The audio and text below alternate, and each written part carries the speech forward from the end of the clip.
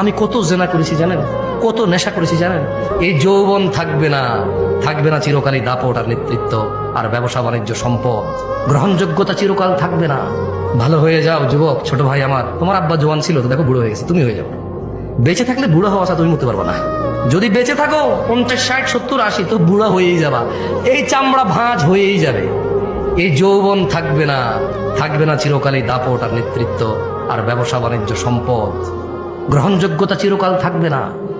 ভালো হয়ে যাও ভাই আমার। আচ্ছা হুজুর, আমার বয়স 50, এক ওয়াক্ত নামাজও পড়িনি জুমা ছাড়া। হুজুর, আমার বয়স 40, জুমা ছাড়া কোনো নামাজ পড়িনি, ঈদ ছাড়া। আরেকজন বলছে ভাই আমি কত জেনা করেছি জানেন, কত নেশা করেছি জানেন। আজকের দিনে আমার সলিউশন কি? আমার বয়স 50, কোনো নেকি নাই।